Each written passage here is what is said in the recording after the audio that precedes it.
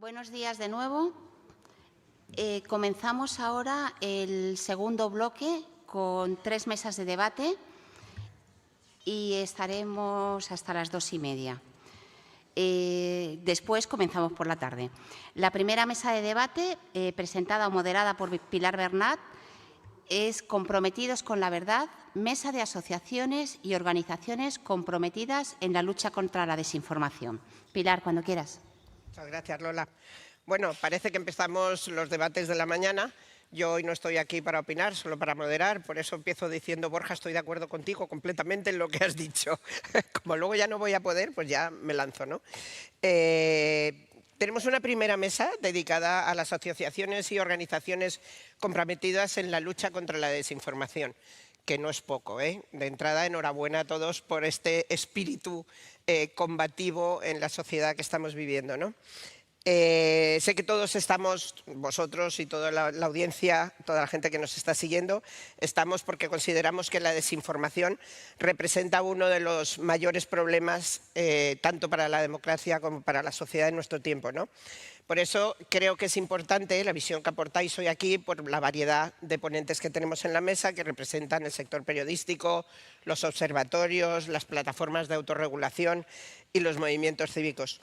El otro día me decían, en una mesa en la que estaba de ponente hablábamos de ciberseguridad e inteligencia artificial, y yo siempre creo que las cosas son mucho más sencillas de las que a veces queremos elevar el discurso y sencillamente con una cosa fácil se puede entender.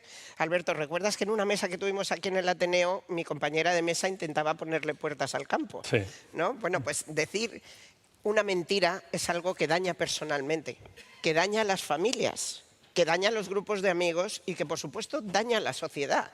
O sea, es que una mentira es un daño para todos. Entonces podremos intentar definir desinformación como queramos, pero mentir, como decía Borja, es algo que daña a todos. Entonces, yo os agradezco que estéis hoy aquí conmigo. Os voy a presentar muy cortito, ya sé que tenéis todos unos currículos espectaculares, pero lo voy a hacer muy breve para que, sobre todo por vuestras organizaciones, para que todo el mundo os conozca. Alberto Berrocal, es en nombre de la Fundación Comunicando Futuro, que se dedica a impulsar la formación ética y digital de los periodistas y de los comunicadores, atentos, para fortalecer un ecosistema informativo y libre de desinformación. Muchas gracias, Alberto. A ti. Javier Martín Cabana, del Observatorio de Medios de Información, que analiza la calidad, la transparencia y el rigor de los medios, promoviendo la rendición de cuentas y la verificación de los datos. Andrés Armas, de Alfamedia, fomentan la autorregulación, autorregulación, qué bonita palabra, cooperación entre los medios de comunicación para mejorar los estándares profesionales y combatir los bulos. Y por último, la conocéis prácticamente todos porque es una persona muy frecuente en los medios, Cristina Monge, de Más Democracia, trabaja por una mayor transparencia institucional, participación ciudadana, impulsando iniciativas contra la manipulación informativa y la polarización. Pues de nuevo os doy las gracias a todos y vamos a empezar intentando diagnosticar lo que está ocurriendo, ¿no? Y ver qué desafíos tenemos. Empiezo esta vez en esta ronda en el mismo orden. Sabéis que nos han quitado un poquito de tiempo porque se han extendido un poco los tiempos anteriores, o sea que como somos todos profesionales seguro que vamos a ser ágiles. Alberto, la Fundación Comunicando Futuro empezó en enero de 2020. A otros les parecerá que hace mucho. A mí me parece que antes de ayer. Todo pasó antes de la pandemia o después de la pandemia y vosotros estáis justo ahí. Ahí, sí. Justo ahí. Y os dedicáis al 100% en luchar contra la desinformación y a trabajar para formar periodistas éticos y competentes. Desde entonces hasta hoy, ¿en qué diferencias encuentras? A mí me parece que el periodo es muy corto, pero seguro que encontráis ya diferencias en lo que está ocurriendo. Pues claramente, mira, la realidad es que en aquel momento un padre y un hijo, Alecho Echevarría padre y Alecho Echevarría hijo, se juntan y en un momento del final de la carrera de Alecho Echevarría padre, pensando en cómo devolverle a la sociedad lo que le ha dado a él, pensó en crear esta fundación porque le preocupaba muchísimo que en ese momento la desinformación, digamos que por debajo de la línea de flotación, afectaba a muchas cosas, a más de los que la gente creo que es sensible, a democracia, a un montón de cosas, pero especialmente a los medios de comunicación. Le preocupaba que era un mal que estaba incidiendo de forma radical y creando desconfianza, sobre todo, en los medios de comunicación, especialmente en las nuevas generaciones. Entonces decidieron montar la fundación, un poco con este foco.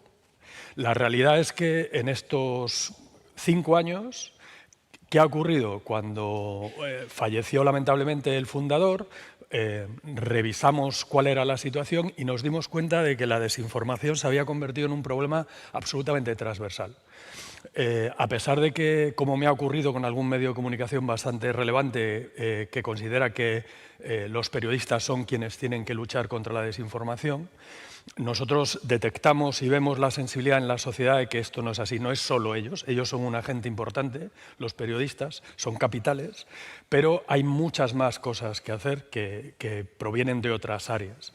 Y hemos detectado que el problema se ha vuelto transversal, además de política, que por supuesto es punto y aparte, y medios de comunicación, afecta a salud, a financiero, afecta a ciencia, tecnología, medio ambiente y educación principalmente.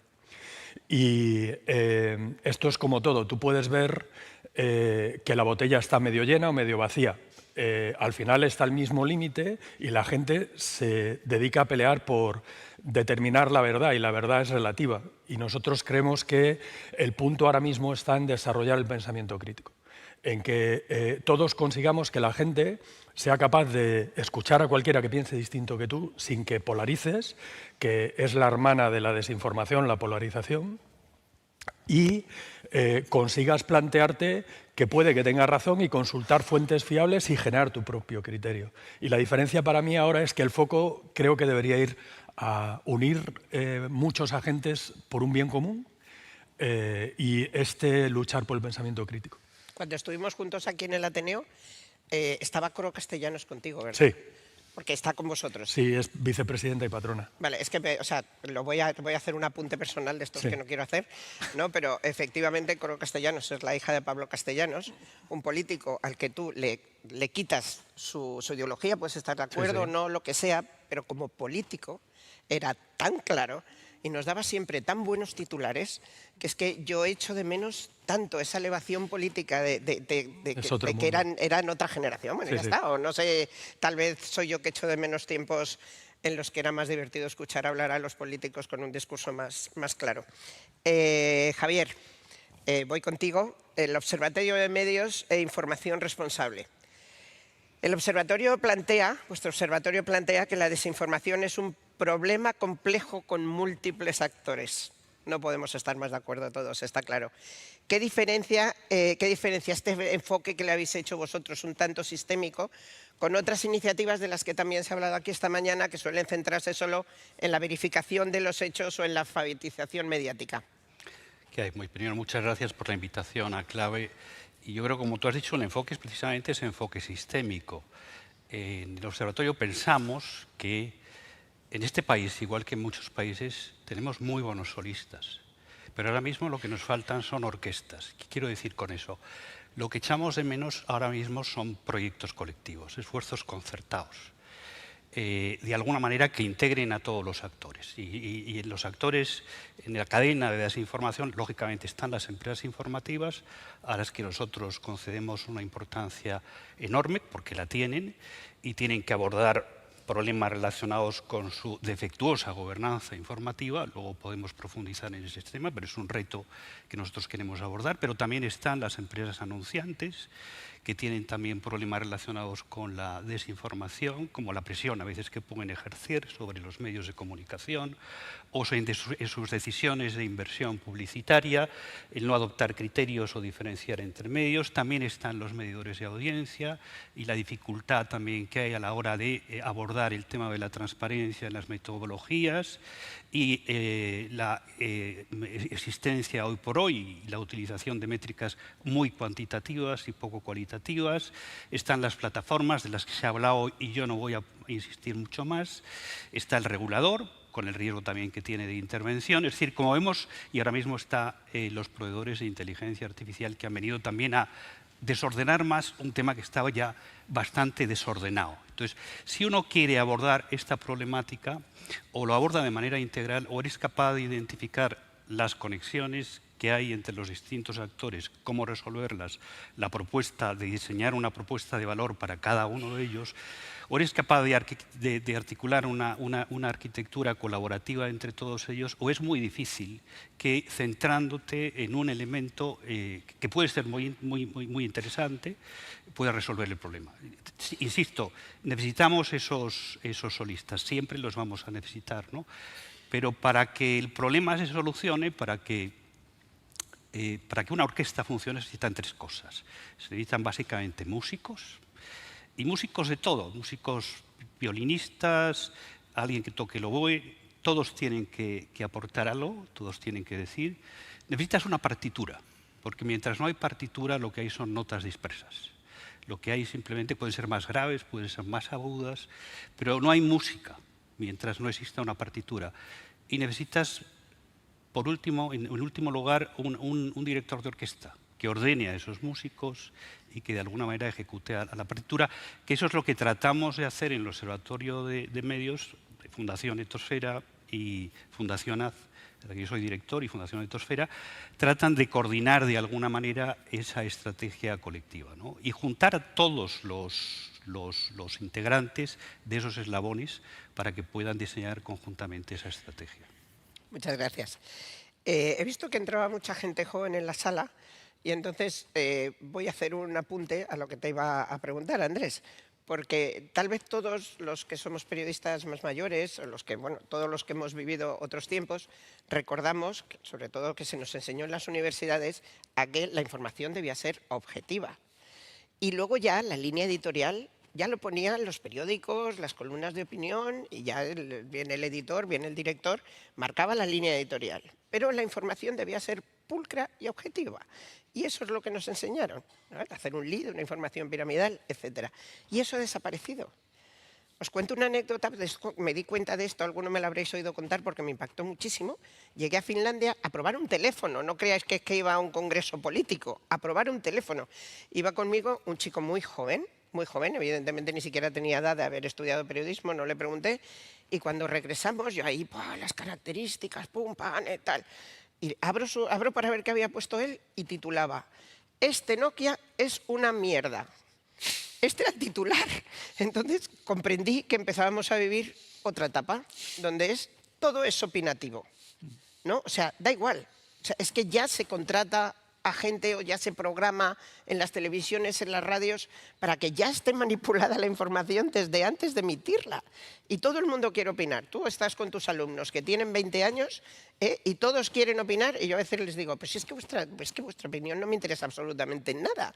No tenéis criterio. O sea, de verdad, solamente informar de lo que está ocurriendo objetivamente. Hay una botella encima de una mesa, en un escenario, amplíalo lo que quieras, pero la información debe ser objetiva. Bueno, esa es mi opinión. Evidentemente no todo el mundo opina lo mismo.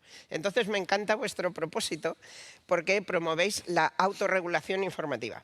Pero antes, luego hablaremos de las herramientas. ¿Cómo evaluáis el nivel actual de compromiso de los medios en España con los códigos éticos y las buenas prácticas de información verificada? Bueno, en primer lugar, muchas gracias a Clave y especialmente a Juan por tenernos en cuenta. Es muy difícil añadir aquí algo después de la intervención de Ramón Salaverría, que ha sido brillante, ¿no? Me ha traído a la memoria un chiste que es muy cortito, lo voy a contar, que era aquel chaval que tenía una madre muy beata que le supervisaba sus compromisos dominicales, y el chaval obviamente los eludía permanentemente, y a la hora de la comida del domingo le preguntaba: ¿has ido a misa? Siempre decía que sí. Y un día, para pillarle, le preguntó: ¿pero de qué ha hablado el cura en la homilía? Pues del pecado. ¿Y qué ha dicho? Que no era partidario. Me ha recordado porque en el fondo estamos reunidos un grupo de fieles y es lo que nos podían decir. ¿Qué pasa con la desinformación? Pues seguramente que todos los que estamos aquí llegamos a la conclusión de que no somos partidarios. Pero no está tan claro ese asunto desde el punto de vista de nuestros conciudadanos, ¿no? Porque si uno ve el barómetro del CIS de este mes, la desinformación está en la posición 21. Solo un 3% de nuestros conciudadanos, la suma de las 3 primeras preguntas, considera que esto es un problema. Así que pertenecemos a una exigua minoría preocupada por un problema que todavía no preocupa a mucha gente. Probablemente, y esto vuelvo de nuevo a citar al profesor Salaverría, tiene reflejo en el ejemplar del Digital News Report de este año, ¿no? Es decir, entonces, percibe claramente que hay un deterioro de la confianza en los medios. ¿Cómo podemos abordar esto? ¿Con autorregulación? Sí, nosotros queremos la autorregulación, pero no la autorregulación en vez de, sino además de. Creemos que la regulación se ha hecho imprescindible, creemos que la alfabetización mediática, que fue el origen de nuestro nacimiento, es el tercer pilar, pero nos parece que los medios y los periodistas tienen un papel esencial. Tienen que recuperar la credibilidad, la relevancia. Es decir, como consecuencia de la aparición de las redes sociales, han caído en la trampa del clickbait y el impacto, y una parte significativa de los profesionales que en estos momentos se han pasado al lado oscuro, ¿no? Entonces, si quieren sobrevivir, en mi modesta opinión, más que en su autorregulación, tienen que recuperar su credibilidad, ¿no? Me encanta que digas lo del clickbait porque mis compañeros de clave saben que soy un poquito pesada con esto de los clics. Pero bueno, o sea, yo es que pienso que tienen que desaparecer, ¿sabes? El pago por clic. Esto hace mucho daño y si no lo digo, pues ya que me lo has puesto a huevo, pues ya lo digo. Cristina, te llevo a tu terreno, ¿vale? Desde el ámbito ciudadano y político que conoces muy bien, ¿qué consecuencias se perciben como resultado de la desinformación tanto en los procesos electorales, pero ya no solo me iría a los procesos electorales, sino también a la confianza institucional, a la confianza del ciudadano? Muchísimas gracias, Pilar. Haces la pregunta del millón, yo creo, desde mi punto de vista. Gracias a Clave, gracias, Juan, por la invitación a Más Democracia, a estar aquí. Y te voy a contestar a eso contándote qué hacemos y por qué creo que estamos aquí hoy, ¿no? Nosotros somos una asociación, Más Democracia, somos una asociación ciudadana de gente muy diversa, muy plural. Creo, no tenemos a todas las ideologías dentro, ni mucho menos, pero sí a casi todas. Ya sabéis dónde está el límite. Y trabajamos por la calidad de la democracia desde un punto de vista muy amplio, ¿no? Desde hacer propuestas de regulación sobre cómo modificar la ley de partidos hasta cuál puede ser un mejor sistema electoral, cosas muy variadas. Y hace ya unos años decidimos crear un grupo de trabajo sobre desinformación que dirige y preside Pedro Silverio, que está por allí, en el que participa también Andrés Armas. Estamos aquí doble, hemos hecho doblete los de Más Democracia aquí. ¿Y por qué? Porque partimos de una constatación. Al final, y gracias por traérmelo a mi terreno, las democracias son dos cosas. Un proceso de toma de decisiones y una conversación pública. Eso es una democracia, básicamente.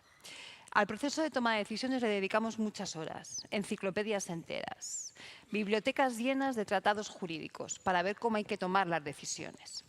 Y a la conversación pública le hemos prestado bastante menos atención.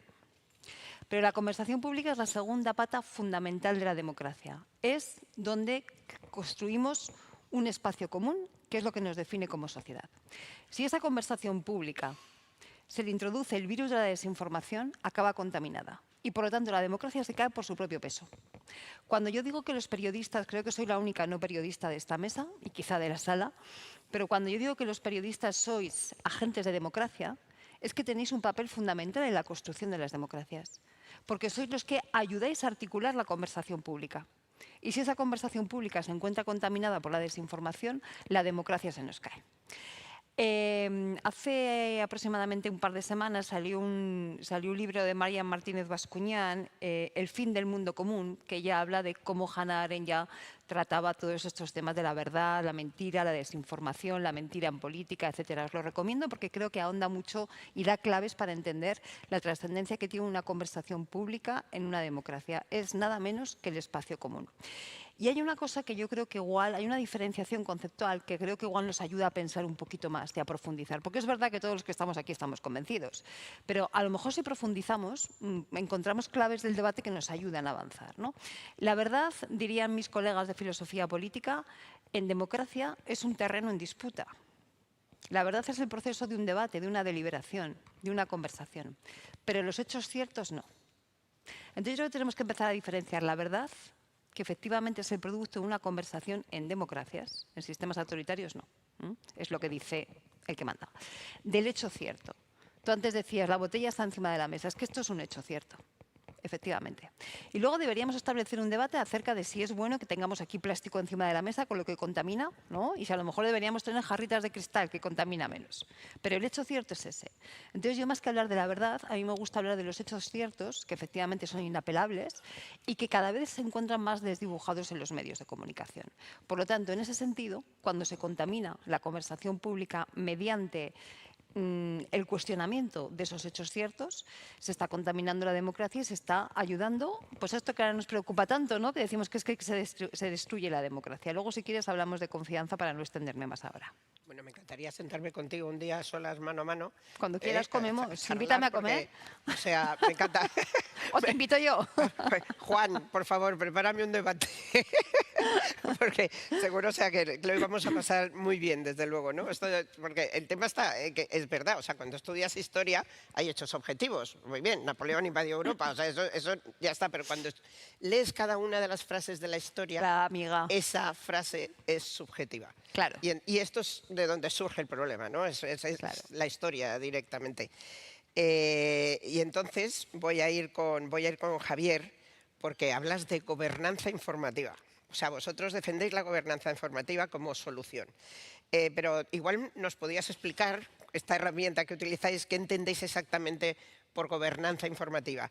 Gobernanza es una palabra que está muy de moda, se aplica para muchísimas cosas. Entonces, por eso me gustaría, ¿por qué creéis que la gobernanza informativa es la clave para combatir la desinformación? Y que nos expliques un poquito para vosotros qué es. Y la aplicamos en concreto a las empresas informativas. Nos parece que las empresas informativas tienen una fisonomía y una naturaleza específica que exige unas medidas y unos contrapesos que quizá no se puedan aplicar ni se apliquen a otro tipo de empresas, pero estas las necesitan. Cuando se han ido a abordar los problemas relacionados con la desinformación, la mayoría de los estándares que conocemos actualmente se han centrado en el proceso de elaboración, producción y difusión del contenido editorial. Y se han elaborado muchos códigos éticos y prácticas desde el punto de vista deontológico y del oficio de la profesión, pero se ha descuidado una parte muy importante que es la propiedad. Es decir, y nosotros lo que hemos visto es que está muy relacionada, no se puede separar la parte, digamos, informativa de la parte de gestión de la propiedad. Lo que hemos hecho a lo largo de estos años es identificar aquellas empresas informativas que estaban haciendo bien las cosas y tratar de entender por qué. Y hemos visto que había un tema muy importante y era la relación que tiene que haber entre la propiedad, el gobierno de la empresa y los periodistas, que a veces viven en mundos separados y en mundos paralelos, no se cruzan. Entonces hemos ido diseñando, identificando prácticas en diferentes áreas, que las hemos traducido en una serie de indicadores. Nos hemos sentado con los principales grupos de comunicación de este país para decir, mira, esto funciona y esto lo tenéis que poner en marcha y además esto tenéis que comprometeros a poneros en marcha y nosotros lo vamos a verificar. La gobernanza informativa ahora mismo la distinguimos como 6 grandes áreas. Por una parte, que las empresas de información publiquen quién está detrás, quién es el propietario. Eso nos parece muy relevante. En las empresas cotizadas es obligatorio, pero cuando nosotros hicimos el primer informe de transparencia de los grupos de comunicación, ninguno de los 22 grupos de comunicación decía quién estaba detrás. Digo, es importante para fortalecer la democracia, para fortalecer que se sepa quién está detrás, qué vínculos tiene, quién forma parte del órgano de gobierno, quiénes son sus consejeros, de nuevo qué vínculos tienen, qué facultades y competencias tienen para abordar los riesgos de desinformación, no solo para seguir los temas financieros, sino este tema, que es precisamente el tema más importante. Es importante que ustedes publiquen, se ha hablado mucho de publicidad institucional, la publicidad institucional que reciben, eso lo pagamos todos los españoles. Publíquenlo y así terminamos con el problema. Publiquen la publicidad, sobre todo si esa publicidad en algunos medios, tanto regionales como nacionales, supera un determinado umbral que puede poner en riesgo su independencia. Es importante también que distingan, que nadie lo hace todavía, entre lo que son los branded content, que están etiquetados de diversas maneras y ya el lector no sabe si lo que lee está pagado por un anunciante y en qué condiciones se ha elaborado ese contenido. Es importante que vivan y tengan esos códigos y esas comisiones y todos esos principios. Pero aparte es importante que tengan un sistema de cumplimiento, de verificación, esos comités de redacción que han ido desapareciendo. Ahora nadie, o sea, código es muy difícil, es muy fácil hacerlo. Mañana con el ChatGPT lo podemos hacer. Lo que es más complicado es poner en marcha un proceso interno que lleve a verificar si se está cumpliendo y adoptar las medidas correctoras, ¿no? Entonces, hemos ido diseñando o elaborando, como digo, una serie de áreas que engloban todas estas, con este enfoque también integral, porque si no es muy difícil abordar el problema, también con temas de medición de audiencia. Sean claros en las mediciones de audiencia qué metodología están utilizando, cómo la utilizan, qué indicadores.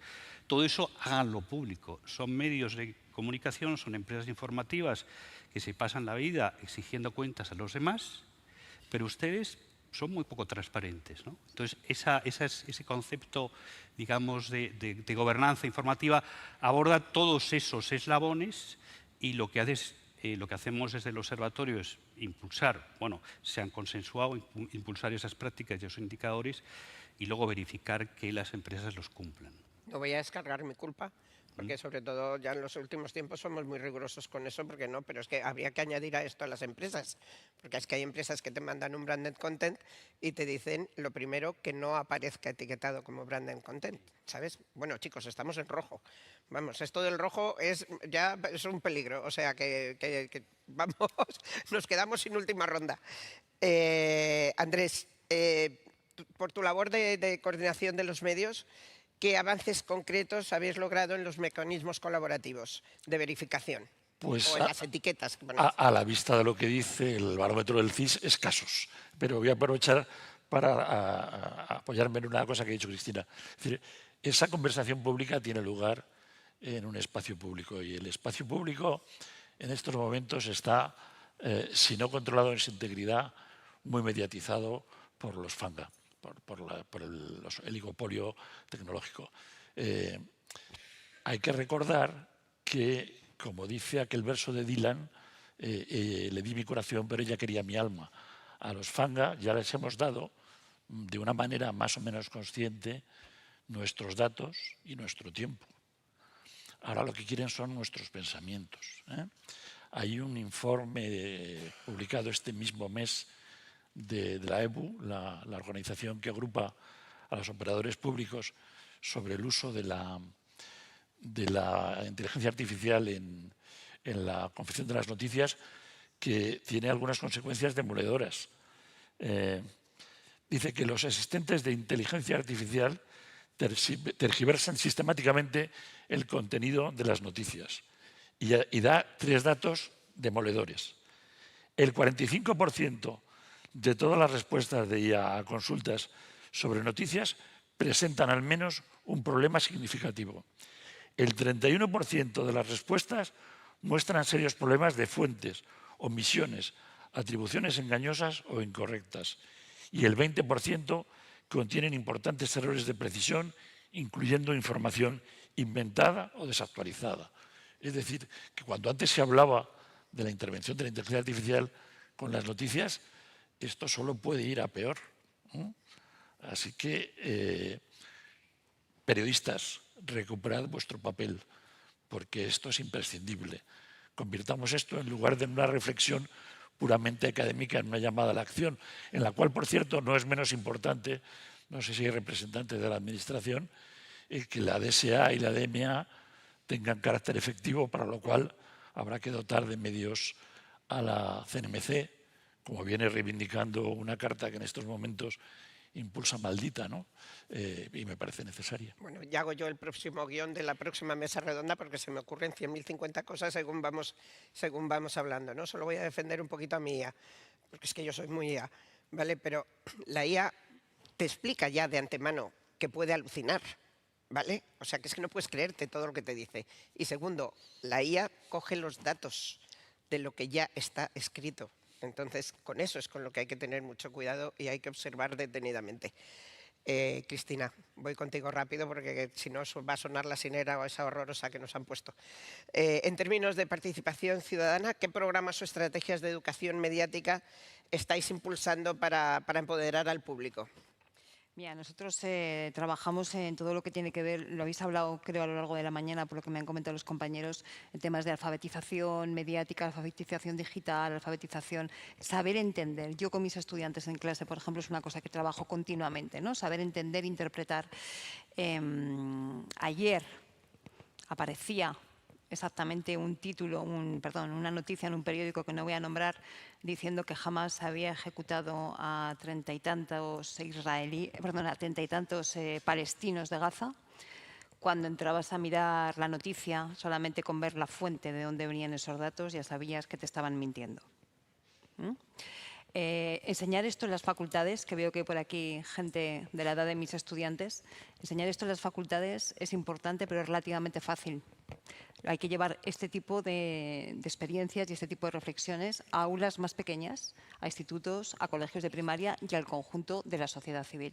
Y permíteme, Pilar, que retome un poco el hilo que estaban diciendo mis compañeros, porque creo que para mí es la clave lo que estabais nombrando, ¿no?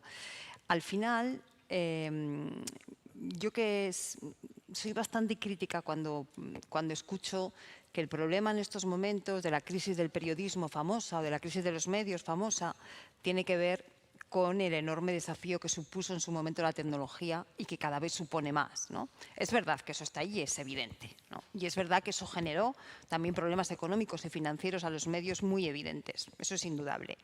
Pero yo tengo para mí que hay algo debajo. Y es la crisis de confianza, la crisis de credibilidad. Si los medios de comunicación, sobre todo en lo que supuso la crisis del 2008, que es el punto clave, donde en las encuestas vemos que hay un giro, ¿no? Hay un punto de inflexión. Si en ese momento hubieran mantenido un nivel de confianza y de credibilidad, yo tengo la intuición, y eso solamente es una intuición, lógicamente, que hubieran resistido muchísimo mejor el desafío que supuso la tecnología y hubieran resistido muchísimo mejor el desafío financiero que conllevaba todo eso. Por lo tanto, yo creo que es momento, creo que lo decía Andrés, de poner el foco donde tiene que estar, que es en la credibilidad de los medios de comunicación y de los periodistas. Y aquellos medios y aquellos periodistas que estáis comprometidos con esto, yo creo que sois los primeros interesados en que aquellos medios o aquellos profesionales que no cumplen con su función de informar sean señalados. Creo que tenemos un estupendo ejemplo en lo que la Asociación de Periodistas Parlamentarios del Congreso hizo hace unos meses, oponiéndose a que aquellos que no son periodistas y se dedican a machacar las ruedas de prensa pudieran entrar en el Congreso y derivando de eso cambios que ya veremos a ver hasta dónde llegan y qué eficacia tienen, pero que de momento ahí están, ¿no? Pues creo que eso es un buen ejemplo de que efectivamente la ciudadanía tenemos que formarnos e informarnos. Nosotros trabajamos para eso. Las organizaciones de la sociedad civil, aquí hay un ejemplo, 3 ejemplos y hay más que existen con un papel fundamental, pero vuestro papel como profesionales y como empresas me parece que es absolutamente clave. Hace un momento hablábamos justo de lo contrario. Termino con Andrés. Vale. Pues es que siempre me achuchan. O sea, la confianza da asco, ¿sabes? Cuando no es Lola, es María José, siempre me están dando caña achuchándome. A ver, Alberto. De forma recurrente... No, tenemos 5 minutos. Veo que destacáis vuestro interés por aportar soluciones contra la desinformación. ¿Cuáles crees que son esas soluciones? Bueno, lo primero es que creo que no hay una única solución, hay un conjunto de cosas que hay que hacer. Y si me permitís, como consecuencia de toda la gente que trabaja y colabora con nosotros, os leo 9 de las cosas concretas que todos concluyen, los distintos expertos, y la única que es personal es la 10ª. ¿Vale? La primera es que hay que fomentar la responsabilidad individual y colectiva. O sea, creo que, como decía Lina Morgan, hay mucho lirili y poco larala. Todo el mundo piensa que sabe detectar la desinformación y la realidad te demuestra que comparten un montón. Yo no estoy de acuerdo en este caso, con el CIS.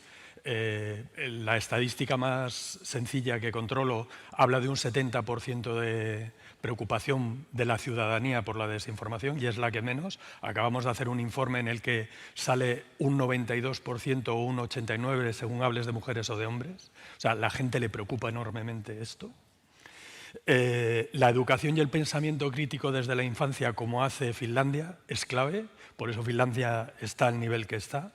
Las empresas tienen que tener protocolos anti-desinformación porque les afectan y porque la gente, insisto en este informe que vamos a publicar en noviembre, habla un 85% de la gente piensa que las empresas tienen que hacer algo en su responsabilidad social, con la desinformación concretamente. El registro de medios, que todos hablan de ello, y regular de otra manera a lo que se llama nuevos medios, porque creo que ahí uno se pone una bata y de repente te recomienda que tomes clorhidrato no sé qué y se mueren 200 personas, como ocurrió con el COVID, y no debemos de permitir esto. No sé si habéis visto la noticia en China, que prohíben que nadie hable de un tema como no esté formado profesionalmente por experiencia o docentemente, ¿vale? Que China no es un ejemplo, pero bueno, imaginemos que aplicáramos algo parecido. Una regulación equilibrada y eficaz, especialmente que se aplique, porque no se está aplicando. Potenciar el lado bueno de la tecnología. Yo con lo de la tecnología siempre me sale lo mismo. Perdón, el que comparte, el que mueve, el que ve, el algoritmo es porque las personas lo usamos. Es el individuo el que comparte y mueve, no es el algoritmo. También influye, pero ahí nos olvidamos de que las personas tenemos un rol fundamental. Y la tecnología se puede usar para combatir la desinformación. Hay un montón de iniciativas ahora mismo que están ayudando a que cualquiera pueda identificar si es mentira o no lo que estás viendo. Potenciar narrativas adaptadas a públicos que no se están utilizando. Los jóvenes se están desenganchando porque se les habla de una manera que no les interesa. Y esto es una realidad, un 30 y pico % de los jóvenes se desenganchan de los medios llamados tradicionales. Aunque esto es un poco happy flower, retomar la ética y los valores para que decir la verdad sea cool no nos vendría mal, ¿vale? Porque creo que hemos perdido mucho esto. La vida nos lleva acelerados a todos y nos olvidamos de ciertos hechos fundamentales. Y la décima, que es la única que yo aporto modestamente adicionalmente, es que creo que una cura detox de información nos vendría bien. Creo que estamos todo el día informados, todo el día viendo noticias, todo el día compartiendo, todo. No sé si habéis visto el documental este que se llama Modo Avión, de una deportista que durante un verano ha puesto en modo avión el teléfono y de repente, coño, si mi mujer me gusta y el vecino es simpático, y empiezas a tener un talante diferente y empiezas a cuestionarte las cosas de otra manera. Me encanta que hayas dicho lo del dióxido de cloro y habrá alguien en la sala que sonría, porque a mí me ha costado una buena amistad de muchos años intentar defender la verdad, porque hay veces la gente no quiere oírte. No. Entonces el malo eres tú porque intentas defender la verdad. Pero bueno, es así, es lo que estamos viviendo. Bueno, no os entretengo más, solo quería deciros una cosa y os lo dejo en reflexión a los cuatro para arrancar una sonrisa en la mesa. Me contaba mi hija que mi nieto, que tiene 5 años, recién cumplido, los ha cumplido este verano, siempre ven los informativos antes de los dibujos animados. Y entonces es muy gracioso, claro, ¿qué te voy a decir? Es nieto de su abuela, que es consumidora compulsiva. Y entonces esta mañana he llegado a buscarlo, porque está mi hija fuera, y me recibe, Pico soy yo, me dice, Pico, el Putin ha tirado un dron contra una guardería y ha matado a los niños. Dice, pero Trump, que seguro que manda mucho más, lo va a regañar. Bueno, pues, y me he quedado pensando, me he quedado charlando con él sobre la información, claro, pero me he quedado pensando, igual la educación mediática hay que avanzarla, ¿vale? Y ponerla desde que los niños son muy pequeños para que puedan crecer en libertad. Muchas gracias. Gracias a todos.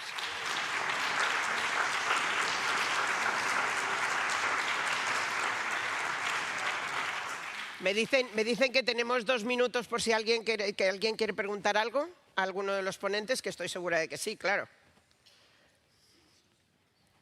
Vamos, la gente más joven, preguntad.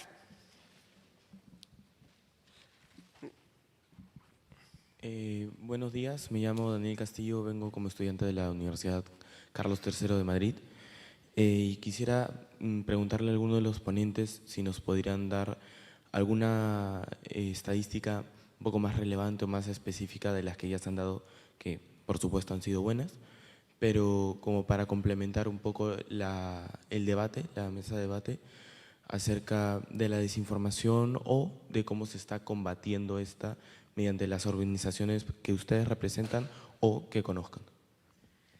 ¿Alguien se anima? Gracias. ¿Cristina?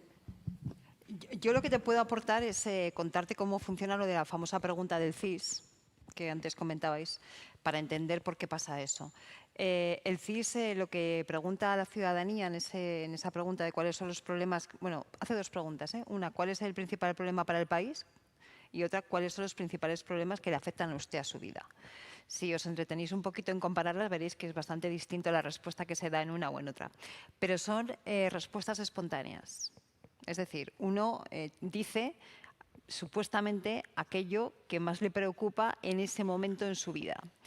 Y hay un importante poder de la conversación pública y mediática allí. Por ejemplo, los temas de migración preocupan mucho, están siempre en los primeros puestos durante el verano, que es cuando estamos viendo más imágenes de migrantes llegando de forma desesperada, pateras, no sé qué. A partir de que el otoño va avanzando, octubre, noviembre, diciembre, la preocupación por los temas de inmigración va bajando, ¿no? Salvo que haya alguna polémica política que sea muy mediática. Entonces, es una pregunta que hay que tomarla siempre con mucha precaución, porque lo que nos dice básicamente es qué es aquello que hay en la conversación pública que resuena en la cabeza de la ciudadanía. Eso sí que nos lo dice. Pero si después tú, por ejemplo, pones el foco y dices, el cambio climático esta vez estaba en el 36, en el puesto de dijésemos esto, ¿no? O sea, ya prácticamente no estaba. Pero cuando luego tú le preguntas a la gente, ¿a usted le preocupa el cambio climático? Pues estamos en posiciones del 80% de gente que te dice que mucho, bastante o mucho. Y con la desinformación pasa lo mismo. Si luego se pregunta específicamente sobre desinformación, pues efectivamente las cifras son las que se daban en la mesa.